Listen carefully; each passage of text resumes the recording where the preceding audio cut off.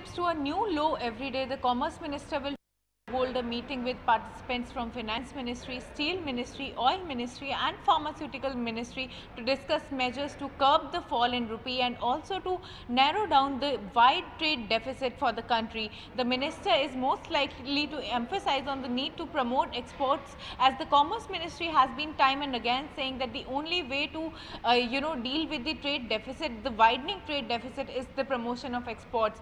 So sources, however, also tell us that during the meeting, since there would be participants from Steel Ministry, the issue of increasing import duty on steel could also be taken up, as this has been a cause of concerns due to a lot of dumping happening in India after the US increased the tariffs for steel imports and aluminium imports. Another issue which may be discussed in the meeting is purchase of crude oil from Iran, as India may start purchasing crude oil from Iran in return of rupee, as the euro will be banned from November onwards, as US has imposed the sanctions on purchase of oil from Iran. So these are mainly the contours of the meeting that's going to take place.